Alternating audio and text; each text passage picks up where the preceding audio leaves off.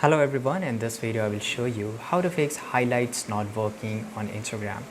So the problem is not in your Instagram, right? The problem could be your device or compatibility and the cache storage something. So if the highlights it's not working, you can't fix it inside the Instagram. So I will show you the correct method. You have to just go to the settings of your phone here. Once you go to the settings of your phone, our phone settings always have a section for application and app management, where all the application which your phone have, it will show at one place. So once you are here, you have to look for Instagram here.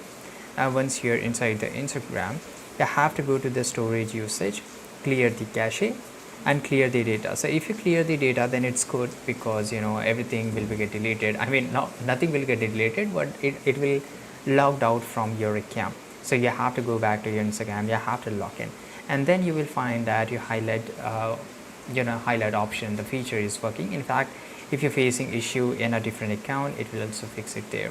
So this is how you can do it. It's really easy. I hope you found this video very useful. Subscribe.